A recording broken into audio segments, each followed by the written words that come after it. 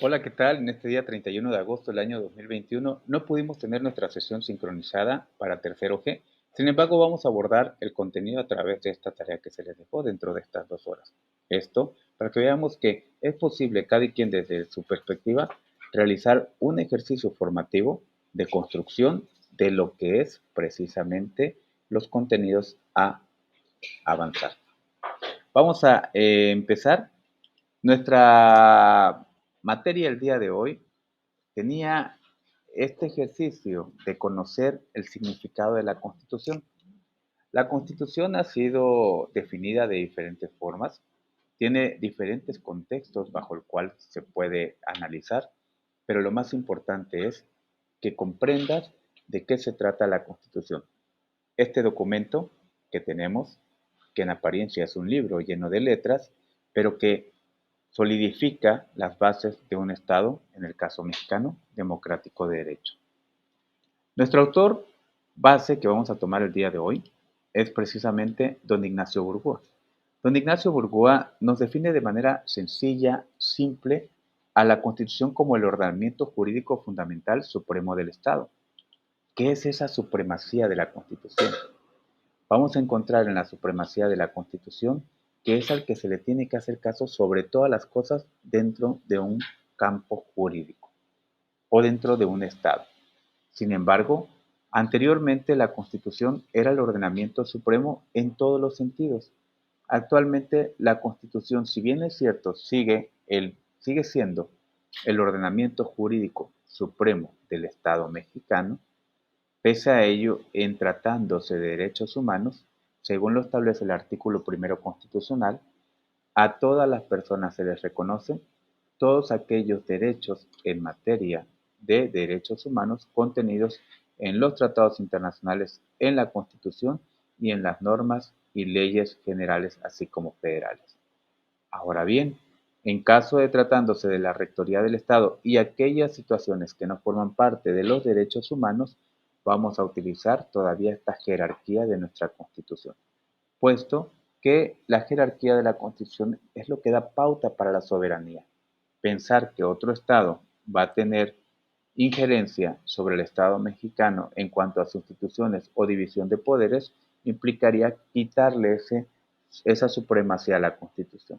Sin embargo, hablando de las personas, como pueden existir otros ordenamientos jurídicos que garanticen más derechos a los mexicanos, sí vamos a permitir que este derecho, siempre y cuando esté reconocido por el Estado mexicano, sea aplicable también para los mexicanos.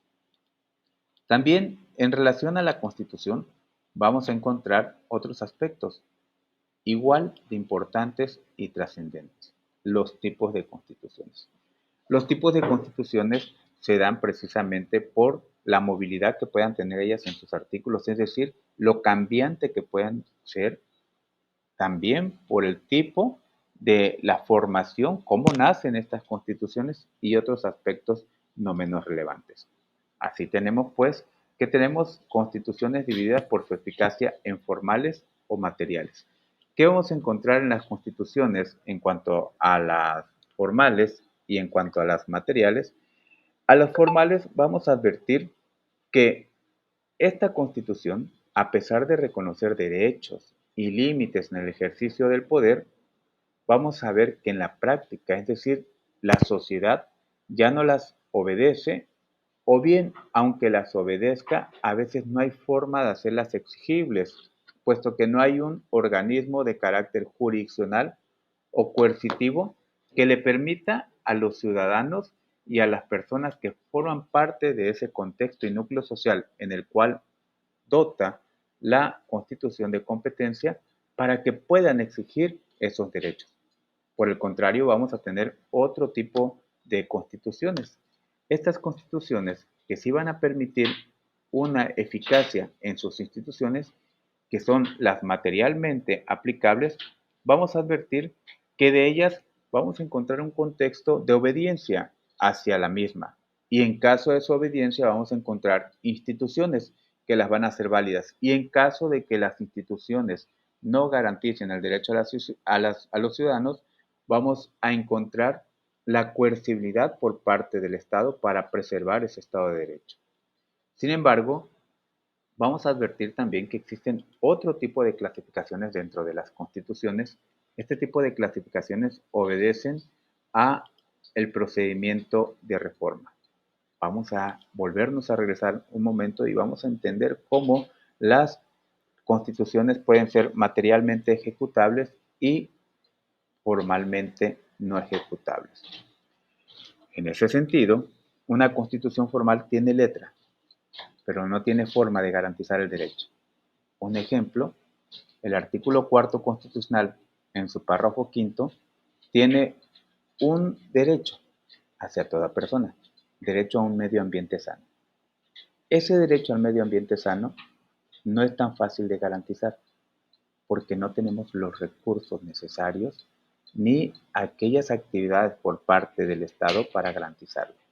Dentro del mismo artículo cuarto constitucional encontramos otro derecho importante y no fácil de preservar, el derecho a una vivienda digna y decorosa.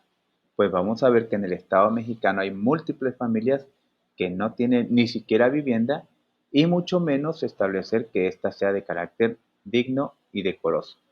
Pero vamos a encontrar también otros derechos de acorde a otro tipo de vertiente, como es el derecho a la educación, que está plasmado en el artículo tercero constitucional, que tenemos escuelas que garantizan el derecho a la educación y que tenemos tribunales que garantizan que aquella escuela que no quiera permitir el acceso a la educación a un alumno, se lo garantice bajo cualquier condición.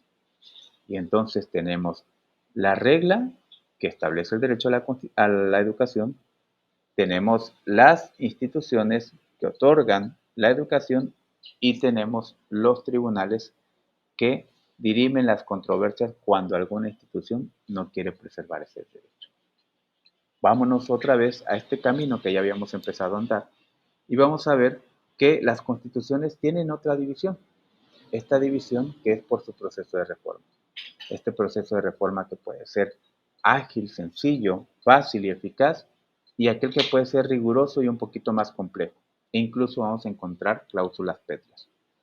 En este procedimiento de reforma vamos a ver que las reformas pueden ser rígidas y precisamente esa rigidez porque el proceso que se aplica para reformar a la Constitución es tan complejo que difícilmente vamos a encontrar una reforma constitucional.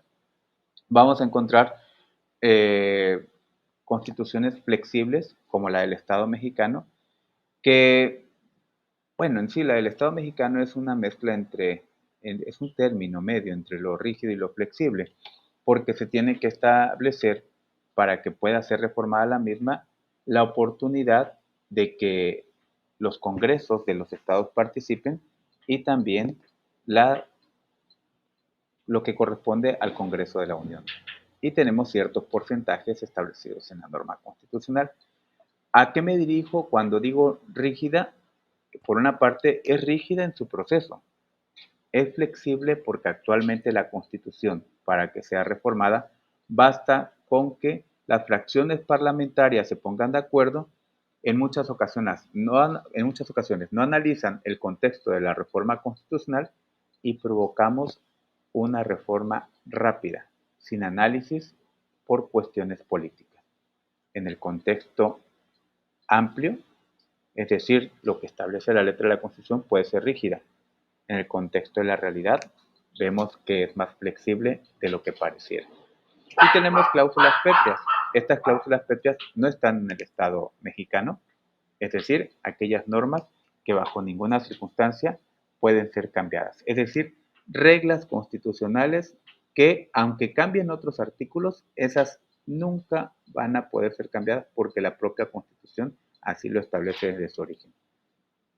También vamos a encontrar dentro de la Constitución que en esta movilidad que tiene la misma, podemos advertir que estos procesos pueden complicar la vida del Estado o bien definirla. En esa definición, en lo que hace a esa flexibilidad, estos procesos deben de tener ciertos parámetros en materia de derechos humanos para que no impacten de manera negativa a las personas. También vamos a encontrar dentro de la misma Constitución que estas cláusulas pétreas de contenido inmutable en ocasiones no van a obedecer a ese proceso evolutivo de la propia sociedad y es necesario en ocasiones replantear si esas cláusulas pétreas en su momento van a ser inmovibles por alguna circunstancia que en un futuro puedan complicar la propia vida del Estado. Pétreo implica que esa constitución no va a tener esa movilidad necesaria y que pudiera ser importante y trascendente para el momento histórico que se está volviendo cuando se gesta la constitución, pero que en un futuro pueda ya no tener sentido esta cláusula.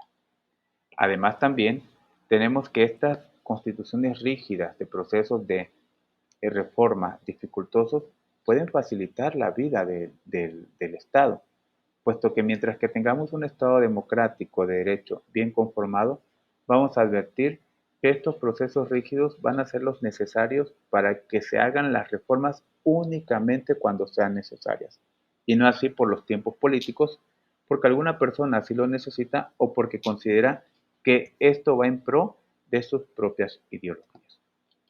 Así tenemos también, pues, que tenemos constituciones escritas y no escritas. Nuestra constitución evidentemente está dotada de un documento escrito y tenemos constituciones no escritas, puesto que no hay un documento como tal que le dé ese carácter de supremacía a la constitución. Y entonces los ordenamientos que rigen a los países que no tienen constituciones escritas, ejemplo Gran Bretaña y Nueva Zelanda, pues están contenidos en diferentes reglas, en diferentes estatutos, pero que no forman un documento sólido de jerarquía y supremacía. También funciona, pero no funciona bajo la óptica del derecho constitucional de aquellas constituciones escritas con carácter supremo. Además también, como consecuencia de ello, a partir de esta clase vamos a tener más interrogantes. Es decir, ¿cuáles son los límites de la Constitución? ¿Hacia dónde nos lleva la Constitución?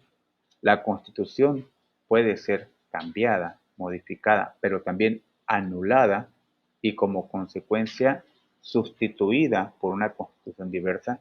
¿Qué ocurre cuando la Constitución es cambiada y modificada?